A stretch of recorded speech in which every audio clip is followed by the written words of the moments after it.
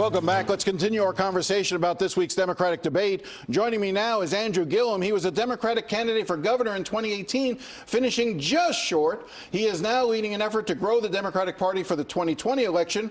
Good morning, Mr. Mayor. Thank you for coming in. Good morning. Always good to be with you, Jim. All right, let me get your impressions. 2 nights of debates that we just had. What's your take? A marathon, one. I mean, to see 10 candidates on the stage each night, the first takeaway is I actually think we've got a couple of people in there that I could actually see as president of the United States. That's an important test. We haven't really been able to evaluate them all on a singular national stage in this way. Second, I think that there is some shifting that may take place as a result of these debates. I thought on the first night, Secretary Castro, who had largely languished at the very, very back, not a lot of attention, really showed his chops. Him going after Beto in the way that he did, landing those punches, getting as much time as he did, I think he changed some opinions. And I understand his Google search went up 2,700% as a result of the debate. And I thought that obviously the last debate, Senator Kamala Harris was incredible. I thought she did an amazing job. She was crisp. She was real. She used personal stories and narrative to draw a much more succinct and compelling picture. And compare that to, unfortunately, how the vice president performed.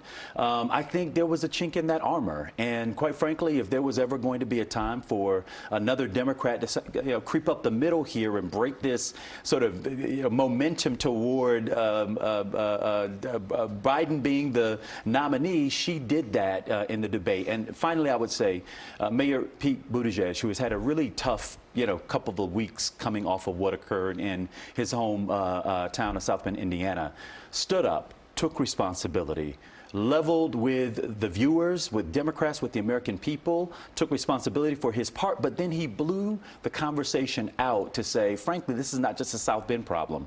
This is an issue of the indignity that people of color face too often at the hands of law enforcement, and as a country, we have to grapple with that. And I thought truly his best moment was so often Democrats are afraid to inject religion or talk about religion. Totally. And when he started talking about the hypocrisy of a Republican Party that identifies so strongly with Christianity and yet still puts children in cages and tolerates it. No, it was and beautiful. that sort of thing is Democrats are very scared to sort of go into that territory. I would tell you, I mean, I experienced this a little bit on the trail running for governor, where I would be in really, frankly, progressive liberal white spaces and would often evoke my grandmother, anointing my head with oil and praying over me before, leaving the door.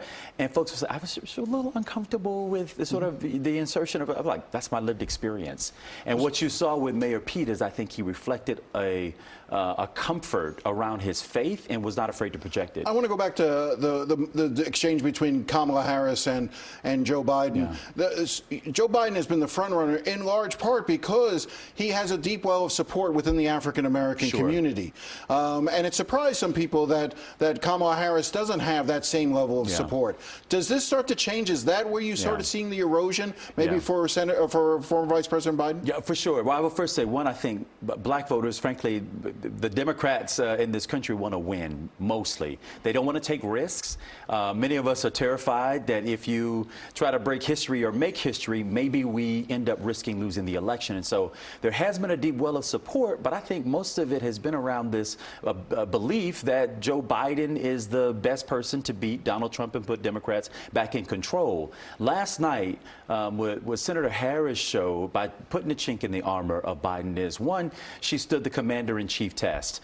Two, she gave us a preview of how she might combat Donald Trump when they end up on the debate stage. You'd want to see her on a stage with him. You definitely want to see her on a stage. Right. I mean, it'd be good television, but I also think she'll bring fiery substance. I think she'll hit him back, but I think she'll take the conversation back high. Her comment that, and I'll stop, around the American people didn't come here to see a food fight. Right. They want to see who's going to put food on their table, was a brilliant line. The issue of busing coming up, relitigating the issue of busing.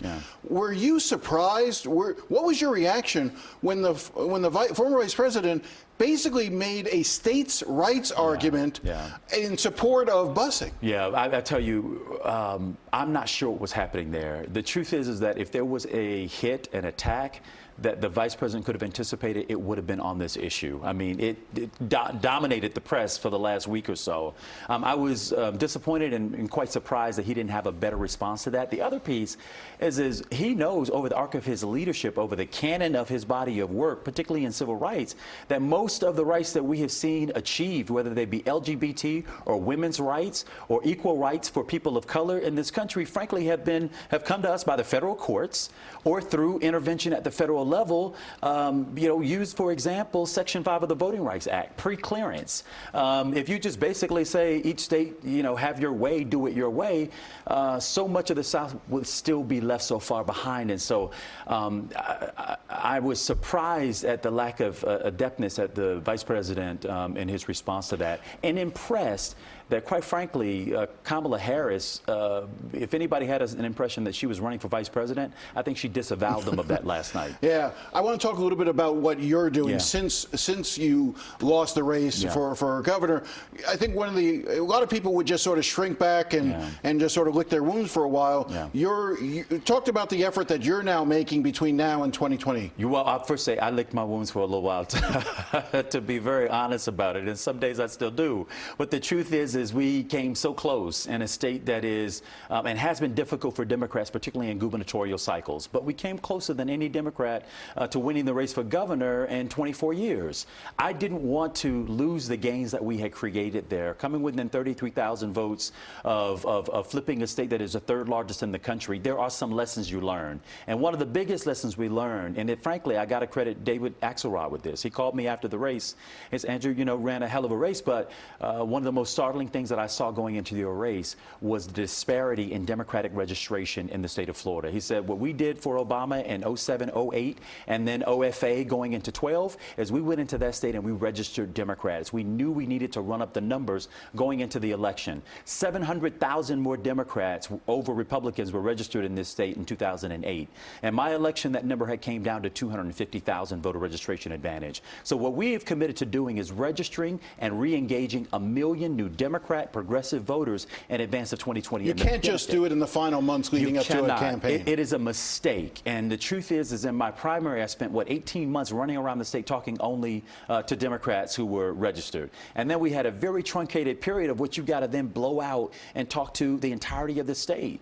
And the truth is if you're waiting to the last minute, then you've already lost. What Republicans have done in this state and perfected for the last 25 years is they've built an apparatus that is designed to win, regardless of who the nominee is. And unfortunately, on our side, we want to fall in love. And I don't mean to be facetious about the fact that you, of course, want to love whoever your nominee is. But the work we've got to do is build a state that is designed to deliver a win. Andrew Gillum, we'll have you back to talk more about this and other subjects as it goes forward. I appreciate you coming in. Thanks for having me. Look forward to it. All right. We'll be right back after the break.